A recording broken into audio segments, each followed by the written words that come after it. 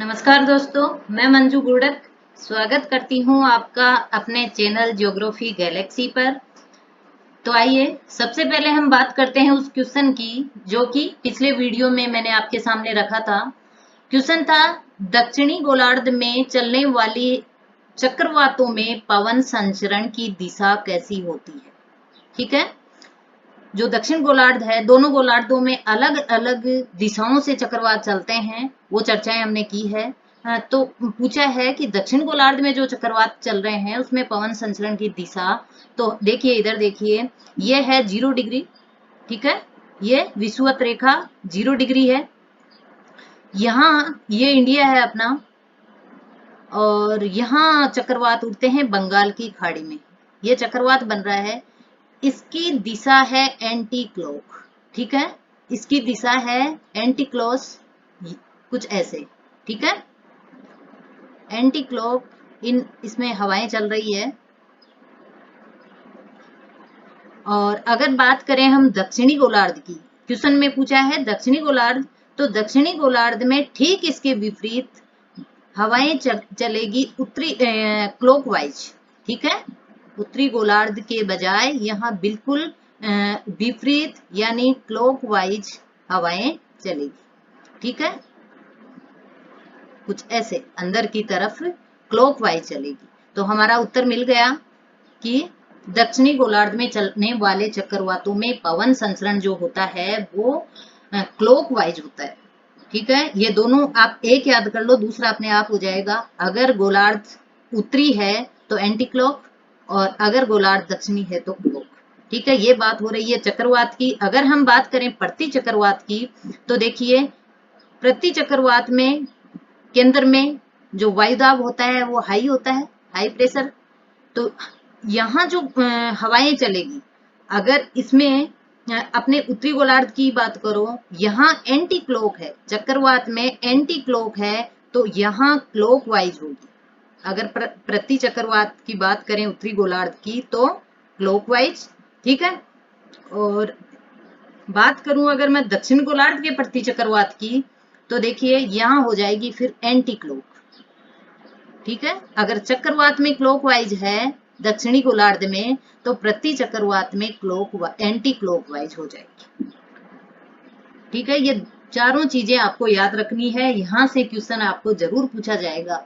ठीक है, तो उत्तरी गोलार्ध में चक्रवात एंटी क्लॉक, प्रति चक्रवात क्लॉक, दक्षिण गोलार्ध में चक्रवात क्लॉकवाइज, तो प्रति चक्रवात एंटी क्लॉकवाइज। ठीक है, हो गया।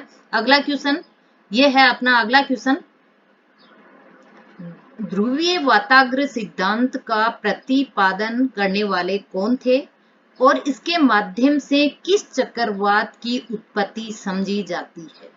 ठीक है, ये आपको सर्च करना है, देख लीजिए, आपको बुक्स में मिल जाएगा। और फिर अगले क्वेश्चन में हम फिर से इसके बारे में डिस्कस कर लेंगे। आज हम पढ़ने वाले हैं प्रति चक्रवात, एंटी साइक्लोन। हमने चक्रवात की पिछले 2 वीडियो में चर्चाएं कर ली है, क्या होता है चक्रवात, कितने प्रकार के होते हैं चक्रवात, उष्ण कटिबंध और शीतोष्ण कटिबंध चक्रवातों की दोनों की अलग अलग विशेषताएं, दोनों का अलग अलग उत्पत्ति क्षेत्र, ये सब हमने जान लिया। अब आज हम पढ़ रहे हैं प्रति चक्रवात। ठीक है, प्रति चक्रवात सबसे पहले हम देखेंगे अभिप्राय। तो देखिए एक ऐसा क्रम जो कि वृत्ताकार समवायुदाब रेखाओं द्वारा घिरा हुआ हो और जिसके केंद्र में वायुदाब उच्च हो, केंद्र में वायुदाब उच्च हो और बाहर की ओर वायुदाब क्रमशः घट रहा हो। ठीक है, ऐसा क्रम जो कि वृत्ताकार समवायुदाब रेखाओं से, ठीक है, समवायुदाब रेखाएं हम जानते हैं, पढ़ ली हमने, तो समवायुदाब रेखाओं से घिरा हुआ हो, एक बात। दूसरी, जिसके केंद्र में वायुदाब उच्च हो। ठीक है, हमने चक्रवात पढ़ा है, चक्रवात में क्या था, वायुदाब केंद्र में निम्न था, यहाँ क्या है, बिल्कुल विपरीत, वायुदाब उच्च है, तो बाहर की ओर वायुदाब यहाँ क्रमशः घटेगा। जबकि चक्रवात में हमने पढ़ा था कि जैसे जैसे हम केंद्र से बाहर की ओर जाएंगे वायुदाब बढ़ रहा था, और प्रति चक्रवात में घट रहा है। आपको शब्द से अच्छे से पता लग रहा है, प्रति यानी बिल्कुल विपरीत किसके? चक्रवात के। चक्रवात के बिल्कुल विपरीत वाली जो घटनाएं घटती है उसे बोलते हैं प्रति चक्रवात। तो ये इसका सामान्य सा अर्थ हो गया। अब देखिए विशेषताएं। तो विशेषताओं की हम बात करें तो केंद्र में वायु दाब कम, परिधि की ओर वायु दाब बढ़ता है, हवाएं उत्तरी गोलार्ध में घड़ी की सुई की दिशा में, जैसा कि हमने अभी ऊपर चर्चा की है, घड़ी की सुई की दिशा में यानी क्लॉकवाइज, और दक्षिणी गोलार्ध में घड़ी की सुई की दिशा के विपरीत यानी एंटी क्लॉकवाइज चलेगी। ठीक है।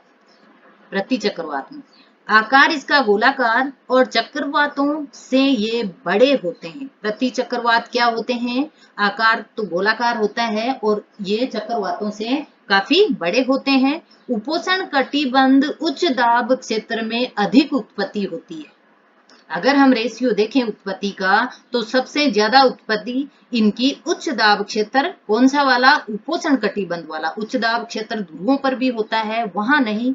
इसका जो उत्पत्ति क्षेत्र है, अधिकतम जो उत्पत्ति होती है वो उपोष्ण कटिबंध वाले उच्च दाब क्षेत्र में होगी, अर्थात 30 डिग्री अक्षांशों के आसपास। कहाँ? 30 डिग्री अक्षांशों के आसपास। दोनों गोलार्धों में महासागरों पर स्थायी रूप से पाए जाते हैं। 30 डिग्री अक्षांशों के आसपास दोनों गोलार्धों में महासागरों पर ये स्थायी रूप से पाए जाते हैं। और स्वभाव, प्रकृति, गुण और वायु व्यवस्था और मौसम आदि के दृष्टिकोण से चक्रवात से विलोम होते हैं। ये भी हमने बात की, फिर से आप ध्यान से देख लो। इनका स्वभाव, प्रकृति, गुण, वायु व्यवस्था और मौसम, ये सब क्या है? ये चक्रवात के बिल्कुल विपरीत हैं। तो मौसम क्या होता है? यहाँ मौसम कैसा होता है? मौसम साफ होता है, आकाश स्वच्छ होता है और हवा यहाँ बिल्कुल मंद चलती है। और प्रति चक्रवात नामक शब्द देने वाले थे गाल्टन महोदय, जो 1861 ईस्वी में जिन्होंने प्रति चक्रवात नामक शब्द दिया था।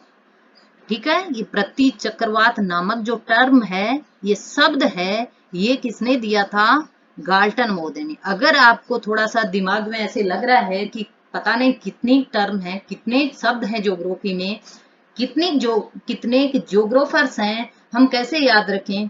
तो देखिए, आपको ऐसी चीजें, वैज्ञानिकों के नाम, डेट वगैरह, ये सब याद करने के लिए कुछ हद तक आपको अपनी व्यवहारिक जीवन में जोड़ना होगा उन चीजों को, ताकि आप अच्छे से उसको याद रख सको। देखो, अगर मैं आपको समझाऊं तो देखिए, इधर गाल्टन प्रति चक्रवात, आपको पता है हम साइकोलॉजी में पढ़ते हैं कि जो टीन एज है, जो 12 to 18, 12 से 18 तक की जो उम्र है, उसको हम झंझावतों की, उसको साइकोलॉजिस्ट ने क्या बताया है? झंझावतों की उम्र बताया है, यानी चक्रवातों की उम्र बताया। उथल फुथल, मार दूंगा, तोड़ दूंगा, काट दूंगा, ये वाली उम्र है।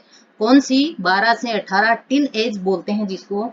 तो चक्रवात जब पैदा होते हैं, चक्रवात जब खतरनाक रूप से पैदा होते हैं बच्चों के दिमाग में, उस समय उस चक्रवात को रोकने के लिए यानी चक्रवात को प्रति चक्रवात में बदलने के लिए गाल पे उसके पेरेंट्स के द्वारा क्या बजाया जाता है? टन। ठीक है। क्या बजाया जाता है? टन, यानी गाल टन। तो आप ऐसे जोड़ के इसको याद कर सकते हो कि प्रति चक्रवात नामक शब्द किसने दिया था? गाल्टन ने। क्योंकि उस उम्र में बच्चे ऐसे ऐसे होते हैं और उसको, उस चीज को दबाने के लिए, उसको थोड़ा कंट्रोल में करने के लिए गाल पे चांटे मारे जाते हैं। ऐसे करके आप इसको याद रख सकते हो। याद रखने के लिए ये चीज मैंने आपको बताई है। आगे, प्रति चक्रवात के 3 प्रकार हैं। वैसे हेंजिल्क जो महोदय हैं, हेंजिल्क नामक जो ज्योग्राफर है, उन्होंने 2 प्रकार बताए हैं। कौन कौन से हैं 2 प्रकार?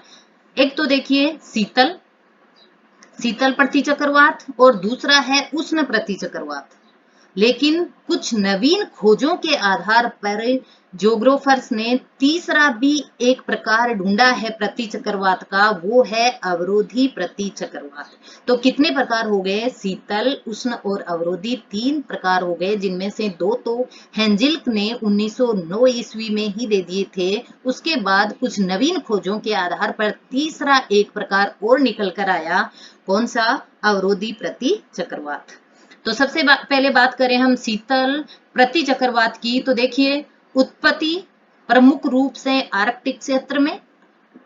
कौन से क्षेत्र में? आर्कटिक क्षेत्र में। आर्कटिक क्षेत्र कहाँ है? आपको पता है कि ये है नॉर्थ में, बिल्कुल नॉर्थ में, जो कि यूरोप और ये साइबेरिया के ऊपर का क्षेत्र, उत्तर का क्षेत्र जो है वो है आर्कटिक क्षेत्र। तो वहां इसकी उत्पत्ति होती है। शीतल जो प्रतिचक्रवात है, इसकी उत्पत्ति आर्कटिक क्षेत्र में। ये छोटा होता है किसके बजाय? उष्ण प्रतिचक्रवात के। इसके प्रकार 2 हैं।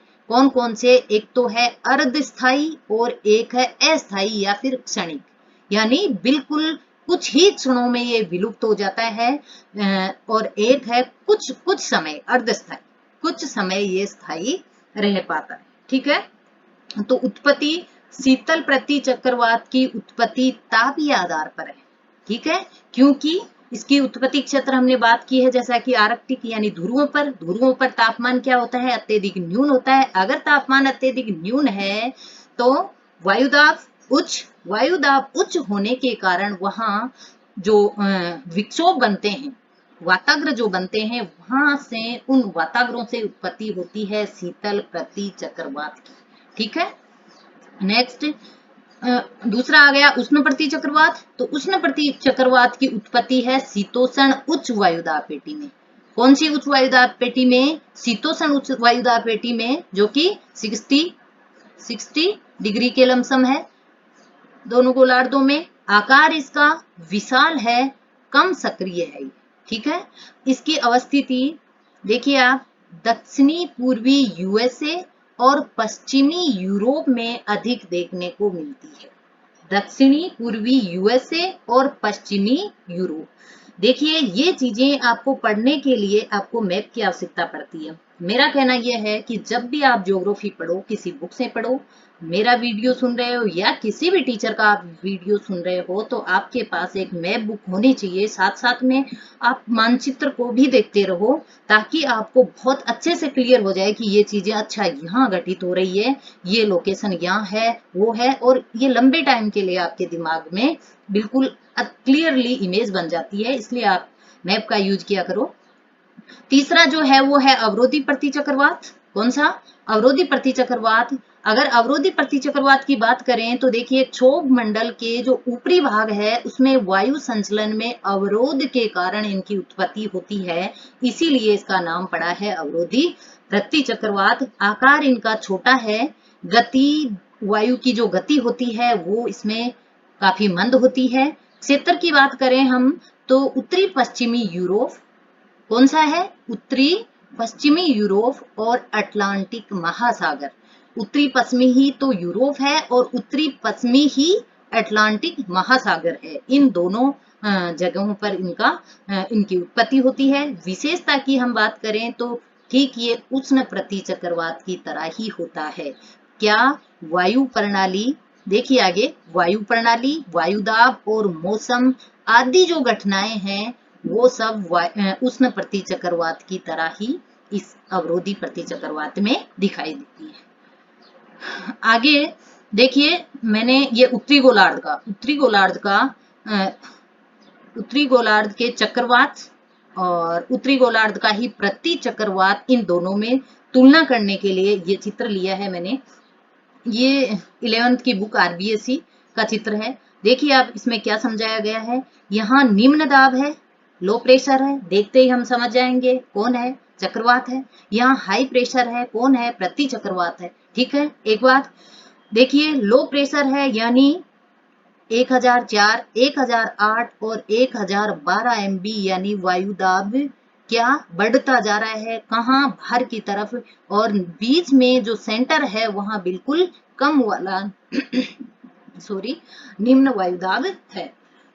ठीक इसके विपरीत प्रति चक्रवात में 1024, यानी यहाँ हाई प्रेशर है 1024, फिर कम हुआ 20, फिर कम हुआ 1016, यानी कि ये तो हमें समझ में आ गया कि वायु दाब घटता जा रहा है। ठीक है, प्रति चक्रवात में घटता जा रहा है, जबकि चक्रवात में बढ़ता जा रहा था, बाहर की तरफ बढ़ता जा रहा था, जबकि यह बाहर की तरफ घटता जा रहा है।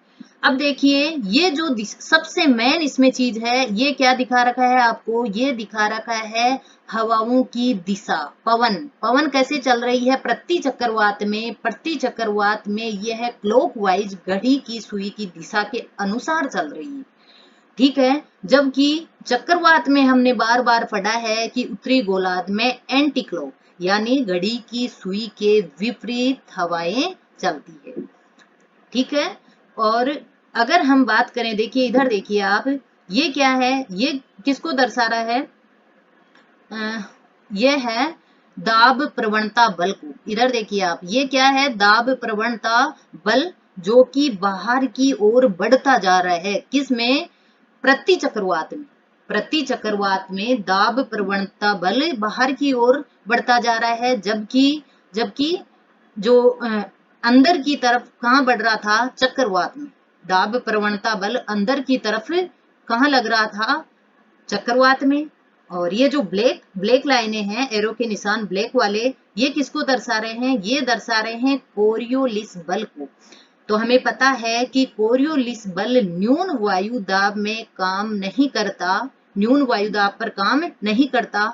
तो ये जैसे जैसे बाहर की तरफ वायु दाब बढ़ेगा तो कोरियोलिस बल भी बढ़ता जाएगा। समझ आ गया। तो ठीक इसके विपरीत कोरियोलिस बल प्रति चक्रवात में अंदर की तरफ बढ़ेगा, क्योंकि अंदर की तरफ वायु दाब बढ़ रहा है, किसमें, प्रति चक्रवात में। तीनों चीजें आपके अच्छे से समझ आ गई होगी। देखिए क्लॉकवाइज नो, और ये एंटी क्लॉक। ठीक है, ये बात हो रही है उत्तरी गोलार्ध की। अगर बात हम करें दक्षिणी गोलार्ध की, तो आपको अलग से याद करने की आवश्यकता ही नहीं है, ये सेम चीजें दक्षिणी गोलार्ध में हो जाएगी, सिर्फ एक किसके, हवा की दिशा की, हवा की दिशा जो है इसको चेंज कर दो आप, हवा की दिशा को चेंज कर दो, बाकी सब जो चक्रवात में उत्तरी गोलार्ध में घटित हो रहा है वो का वो दक्षिण गोलार्ध में होगा, लेकिन जो हवाएं एंटी क्लॉक थी वो चक्रवात में दक्षिण गोलार्ध में क्लॉकवाइज हो जाएगी।